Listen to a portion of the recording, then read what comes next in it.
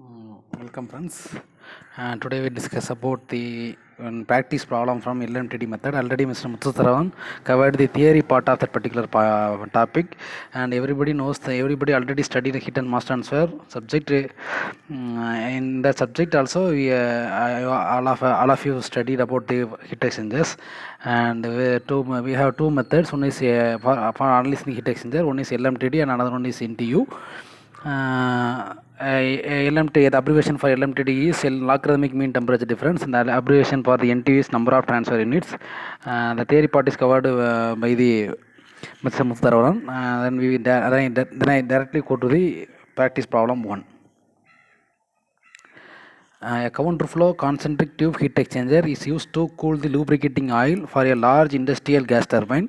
The flow rate of cooling water through in the tube which have 25 mm inner diameter and is 0.2 kilogram per second, while the flow rate of oil through the outer annulus, which is 45 mm diameter, is 0.1 kg per second. The oil and water enter at temperature of 100 degree and 30 degree Celsius respectively. How long must the tube be made if the outlet temperature of oil is to be 60 degrees Celsius? It is a typical problem.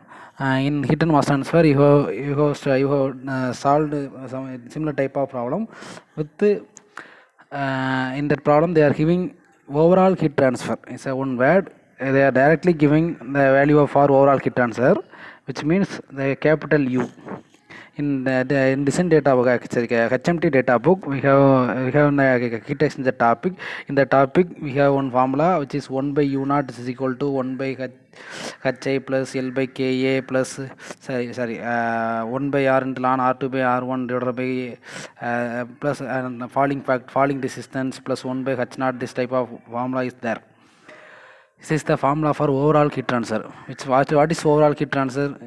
Heat transfer coefficient is the including of internal and external flows of a heat exchanger, which means in a heat exchanger, double heat exchanger, we have two flows. One is through tube and another one is through annulus. Annulus means in between two tubes.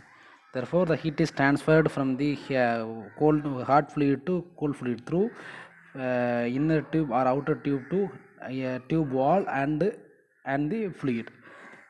And in case the tube is old one, which include the falling resistance also. Therefore, we have calculated the overall heat transfer with the including these all other values. Therefore, the formula is become this. But in that problem, they are not giving the overall heat transfer value is indirectly. Therefore, we have calculated the overall heat transfer value from for that particular problem with the help of these data. Okay, first we calculate the internal heat transfer coefficient through pipes, and second we calculate the external or annulus heat transfer coefficient, and assume there is no conduction resistance is negligible, and there is a pipe is very new, which means falling resistance is 0. These are the assumptions, and then we calculate the overall heat transfer, and further we calculate the similar manner which we already discussed in the heat and mass transfer subject. Okay, then we go to the problem. In that problem is a counterflow concentric tube heat exchanger, which have two tubes. One is 45 mm outer diameter and another one is 25 mm diameters. We have two flow rates 0.2 and 0.1 kilogram per seconds, and both the oil and water temperatures are given. Entry temperatures are given, therefore, which is 130 degrees Celsius, and the question is how long must what is the length of heat exchanger which provides the outlet temperature of oil which is equal to 60 degrees Celsius. It is the problem. Okay, then we go to this solution. Then known fluid flow rates and inlet temperature for a counterflow concentrative heat exchangers are prescribed inner and outer diameter, and find tube length to achieve a desired hot fluid outlet temperatures. Assumptions: negligible heat loss to the surroundings, negligible kinetic and potential energy changes, constant properties, negligible tube wall thermal resistance, which means conduction resistance, and falling factor, which means the pipe is new. Then fully developed conditions for the water and oil. Okay. What is fully developed? This is a very large topic. Anybody doubts? Anybody having doubts about this topic? Kindly ask me in a separate time. Okay, then. The schematic for that solution is it is a double pipe heat exchanger. It is a counter flow, which means the flow direction of two fluids is in opposite direction. For water in tube side and oil is in assume water in tube side and oil in onless. And then the temperature and versus length graph is this. Here cooling water inlet temperature is in the right side 30 degrees Celsius, and cooling water excess temperature is not given, and hot fluid inlet temperature 100 degrees Celsius and hot fluid outlet temperature is 60 degrees Celsius, which is given. Okay, this is the schematic for particular problem. Then from HMT data book, take the property values for particular oil and water. First we take the oil. The temperature is 80 degrees Celsius, which means 100 plus 60 divided by 2, which is bulk mean temperature. The average of inlet and exit temperature of hot oil, which gives 80 degrees Celsius, which means 353 Kelvin. From that value, we have take the properties from HMT data book. Okay, then Cp and mu, K, and temperature Cp mu. For water also we will calculate the Tc as 35 degrees Celsius. Then Cp is equal to 4.187, which is the properties for water. Then analysis. The required heat transfer rate may be obtained from the overall energy balance for the hot fluid. The energy balance equation is hot fluid energy release, which is equal to cold fluid energy gain. Numerical point of view, QH is equal to MHCpH THI minus THO, which is equal to MCCpC into TCO minus TC. Sorry, I do mistake. TCO and TCI.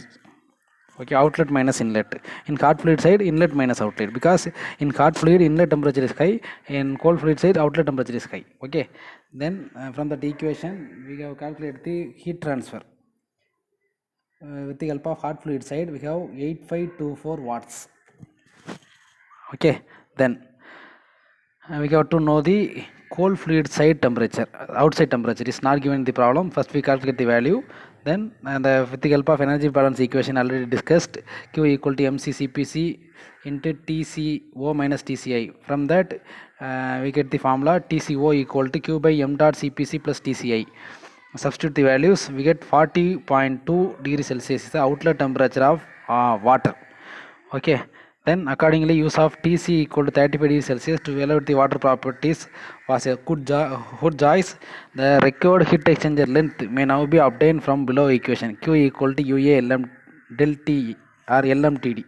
This is a basic equation for heat exchanger. Here U is overall heat transfer, A is cross sectional area or flow area of heat exchanger, and del TLM is equal to logarithmic mean temperature difference. Here A equal to surface area of the for double pipe heat exchanger, A equal to surface area of the heat exchanger, which is equal to for the cylinder. Therefore, the formula is pi dl. For inner pi dil, for outer pi d naught l.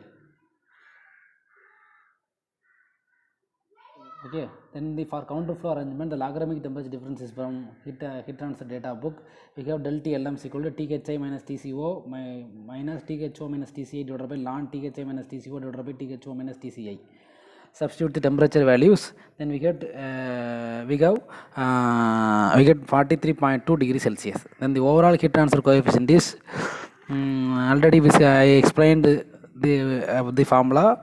The formula is from heat transfer data book, but in the data book the formula is available in longer in a bigger one, which means and the particular formula includes conduction and falling resistance, but here we assumed conduction resistance negligible and falling resistance also negligible. Therefore the formula is reduced for the reduced this manner. Okay, then U equal to 1 by Hi plus 1 by H naught. Hi is a inside or tube side heat transfer, and H naught is a annulus side heat transfer.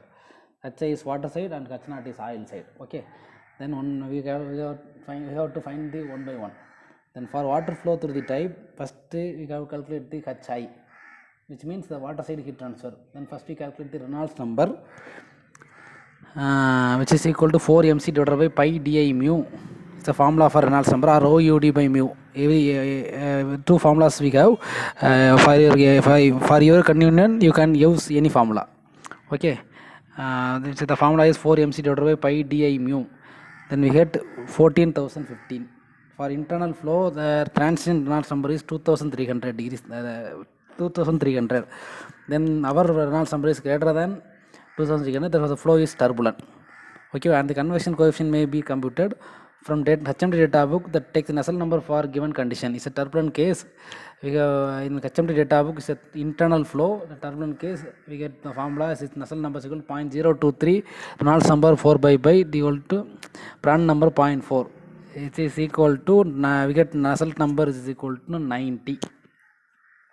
From that, we have Nusselt number is equal to Ht by K. We have another formula. Then from that formula, we have calculated the Ha equal to 2250 watt per meter square Kelvin. Then we computed the inside heat transfer coefficient. Then for oil side, the analysis, the hydraulic diameter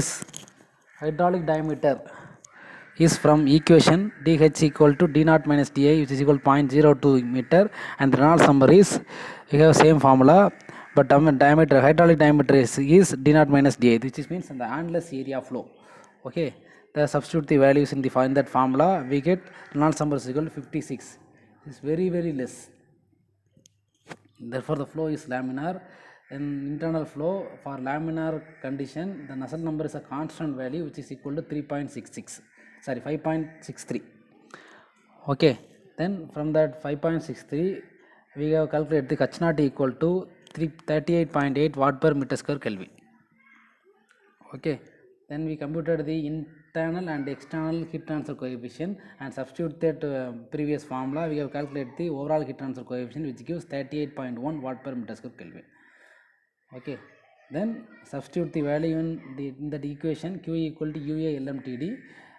We have find the length of the heat exchanger. Therefore, L equal to Q by the area is equal to pi di into U into del T LM.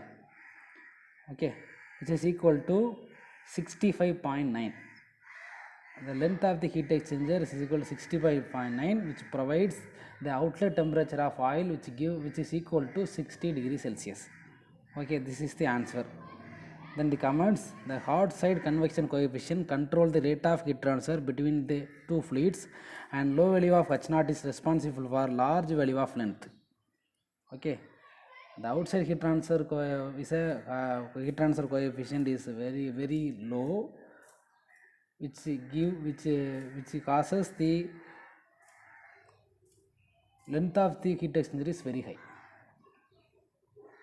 Okay, then we have to increase the heat transfer coefficient. Then only the heat exchanger is a compact one. Okay, then incorporation of heat transfer enhancement methods, which means including fins or other devices, then could be increased. It be used to decrease the size of heat exchanger. Okay, then because of Hi is very greater than H0, the tube wall temperature will follow closely the coolant water. Accordingly, the assumption of uniform wall temperature, which is inherent in the use of Nusselt number as constant to obtain H0, is reasonable. Okay, this is the particular practice problem. Everybody should write notes and submit me. In addition with solve the 2 assignment problems. This is today activity. Everybody should solve and submit the assignment along with the practice problem. Okay, then which means you have to solve 3 problems. Okay, 3 problems you have to solve and submit the problem in the same day. Okay, the assignment problems are very easy one. Already we studied in the heat and mass transfer. In the 2 problems, they are not directly given the overall heat transfer directly given the overall heat transfer value. Okay, in the assignment problem 2 also they are directly giving the overall heat transfer value, which is 814 watt per meter square degree Celsius. Okay, then you have to solve the assignment problems and practice problem and scan the PDF and submit the problem. submit the assignment in the submit within today. This is the activity for today internship program. Thank you.